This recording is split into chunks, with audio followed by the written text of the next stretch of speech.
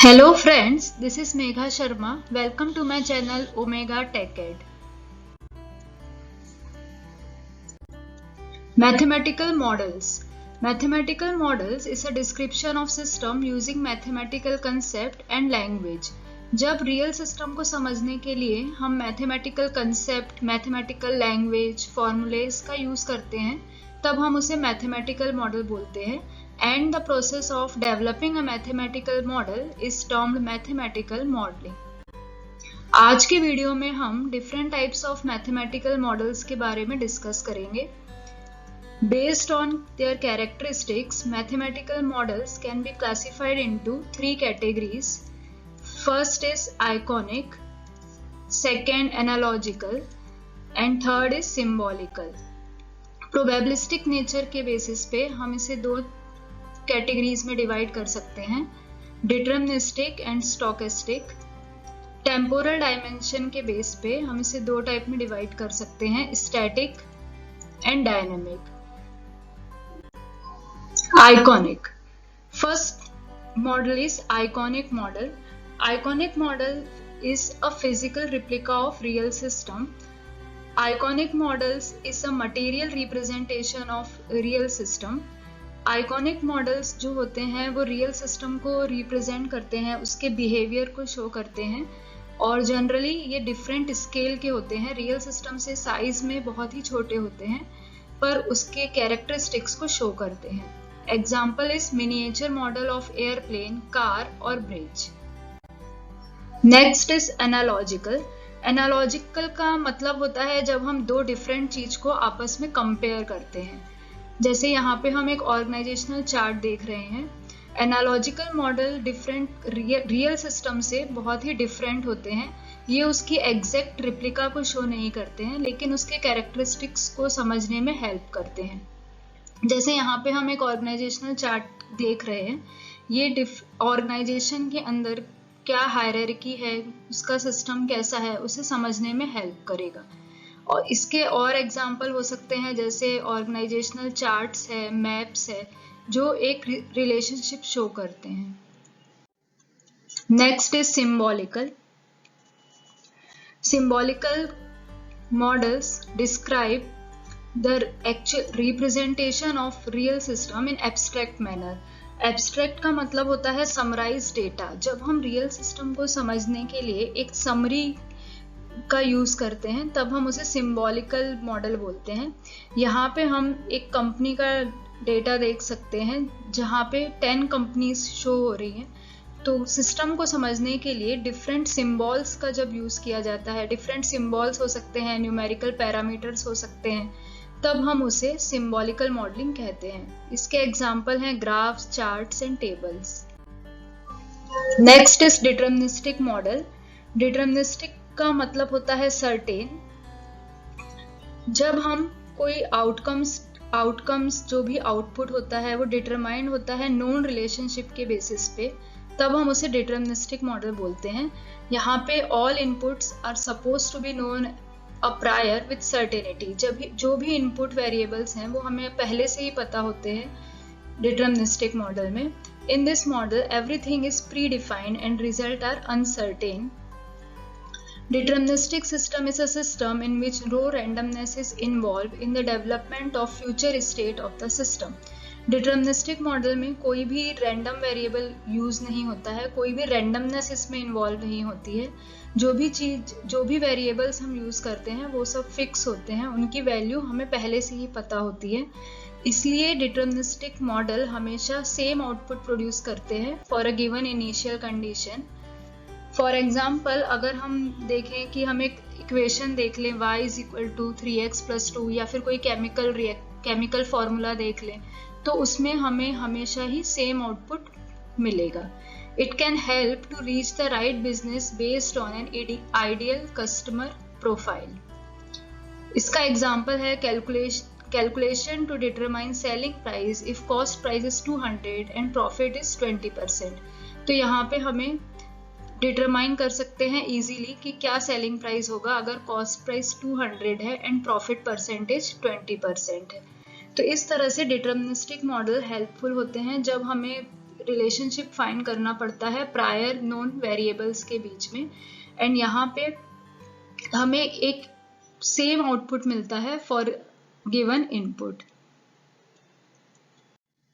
Next is stochastic model.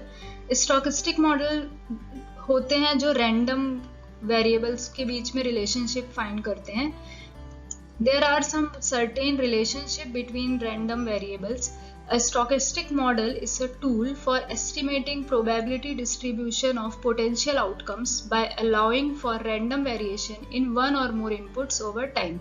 Means जब हमारे पास कुछ random variables हो जिनके बारे में हमें पहले से कुछ नहीं पता हो और उनके बीच में एक uncertainty हो और हमें उनके बीच कुछ रिलेशन फाइंड करना हो, उस केस में हम स्टोकेस्टिक मॉडल का यूज करते हैं। Stochastic model generally probability distribution में यूज होते हैं। जब हमें कुछ प्रिडिक्शन करना हो, कुछ प्रोबेबिलिटी फाइंड करना हो, उस केस में हम स्टोकेस्टिक मॉडल का यूज करते हैं।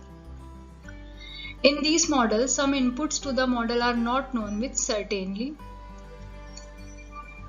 often used for strategic decision making involving an organization relationship to its environment। तो जैसा कि हमने देखा है कि ये डिसीजन मेकिंग के लिए हेल्पफुल होते हैं। This model is likely to produce different result even with some initial condition। हमको अलग अलग इनिशियल कंडीशन पे अलग अलग मॉडल इसमें अलग अलग आउटपुट इसमें मिल सकते हैं। इसके एग्जाम्पल हैं predictive models and waiting lines model.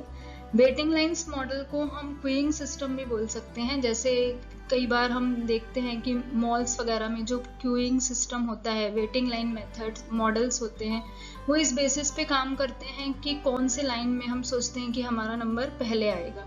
तो ये इस तरह का मॉडल है जिसमें हमें कुछ फिक्स पता नहीं होता है। क्यूइंग सिस्टम में इन्वॉल्व होता है पॉपुलेशन कितनी है, अराइवल प्रोसेस कैसा है, वेटिंग एरिया कैसा है, सर्विस एरिया क्या है, और इसके साथ ही इसमें कॉस्ट एंड ऑपरेटिंग कैरेक्टरिस्टिक्स भी इन्वॉल्व होती है इस मॉडल में, वेटिंग लाइन मॉडल्स में। प्रिडिक्टिव मॉडल यूजफुल होते हैं प्रिडिक्शन करने के लिए। जैसे हम स्टॉक मार्केट एक्सचेंज में देखते हैं कि क्या आउटकम्स हो सकते हैं, तो जहाँ पे भी प्रिडिक्शन यूज होता है वहाँ पे हम प्रिडिक्टिव मॉडल का यूज करते हैं। प्रिडिक्टिव मॉडल के बारे में डिटेल में हम अपने नेक्स्ट वीडियो में पढ़ेंगे। Next is static. स्टैटिक का मतलब होता है फिक्स। तो स्टैटिक मॉडल यूज होते हैं जब हमें रिलेशनशिप डिफाइन करनी हो जहाँ पे चेंजेस नहीं हो रहे हो, तब हम उसे स्टैटिक मॉडल बोलेंगे। स्टैटिक मॉडल डिस्क्राइब करते हैं स्टैटिक स्ट्रक्चर, सिस्टम के स्टैटिक स्ट्रक्चर को डिस्क्राइब करते हैं, which is considered less likely to change then the function of the system. Decision model consider a given system and the related decision making process with one single temporal stage। तो static model का use हम तब कर सकते हैं जब changes नहीं हो वेरिएबल के बीच में, और यहाँ पे जो मेन गोल होता है वो होता है कि हमें जो भी प्रोसेस है, जो भी हम फॉलो कर रहे हैं प्रोसेस, वो स्टेप बाय स्टेप मेथड को फॉलो करता है विदाउट एनी वेरिएशन। तो यहाँ पे जो स्टाफ मेंबर होते हैं वो सेम टास्क रिपीटेडली परफॉर्म करते हैं रिगार्डलेस ऑफ आउटकम। इसका एक एग्जांपल है रिग्रेशन मॉडल। रिग्रेशन मॉडल होता है जब हम कोई टाइम सीरीज डेटा हमारे पास अवेलेबल होती है दो वेरिएबल्स के लिए। फॉर एग्जांपल हमारे पास वेरिएबल है y एंड z और हमें इनके बीच में रिलेशनशिप इस्टेब्लिश करना है, तो हम एक मॉडलिंग रिलेशनशिप इस्टेब्लिश करते हैं वेरिएबल y एंड z के बीच, साइमल्टेनियसली इस्टेब्लिश करते हैं, तो उसे हम रिग्रेशन मॉडल्स बोलते हैं। Next is dynamic. डायनेमिक का मतलब होता है चेंजिंग। जहाँ पे चेंजेस इन्वॉल्व होते हैं वहाँ उस केस में हम डायनेमिक मॉडल का यूज करते हैं। The dynamic model represent the time dependent aspect of a system. It is concerned with the temporal changes in the state of the object in a system। तो dynamic models हम use करते हैं। इसका जो main benefit होता है वो ये होता है कि इसमें जो स्टाफ मेंबर्स हैं वो पास्ट डेटा का यूज करते हैं और उसके अकॉर्डिंग अपने एक्शंस को मैनिपुलेट कर सकते हैं, अकॉर्डिंगली एक्शन ले सकते हैं। यहाँ पे पास्ट डेटा बहुत ही इंपॉर्टेंट रोल प्ले करता है। With a dynamic model, processes are continuously adjusted based on an analysis of context-specific failure and ensure that each step contributes to positive result। तो यहाँ पे हम पास्ट डेटा को देख के अगर उसमें कुछ फेलियर्स हैं या उसमें कुछ फॉल्ट्स हैं तो उसके बेसिस पे अपना नेक्स्ट स्टेप डिसाइड कर सकते हैं, जो कि एंश्योर करता है कि हमें लास्ट में पॉजिटिव रिजल्ट ही फाइंड होगा। डायनामिक मॉडलिंग के एग्जाम्पल हो सकते हैं an order interacts with inventory to determine product availability. यहाँ पे ऑर्डर और प्रोडक्ट अवेलेबिलिटी का जो भी इन्वेंट्री मैनेजमेंट सिस्टम है वो डायनामिक मॉडल को शो कर रहा है। Thanks for watching this video. Next topic में हम डिस्कस करेंगे डिफरेंट क्लासेस ऑफ मॉडल्स, किस तरह से अलग अलग क्लासेस हो सकते हैं मॉडल के, जहाँ पे हम predictive models, pattern recognition model, optimisation model, project management model और रिस्क एनालिसिस मॉडल्स के बारे में डिस्कस करेंगे। अगर वीडियो अच्छी लगी है तो वीडियो को लाइक करें, शेयर करें, चैनल को सब्सक्राइब करें एंड नोटिफिकेशन के लिए बेल आइकन प्रेस करें।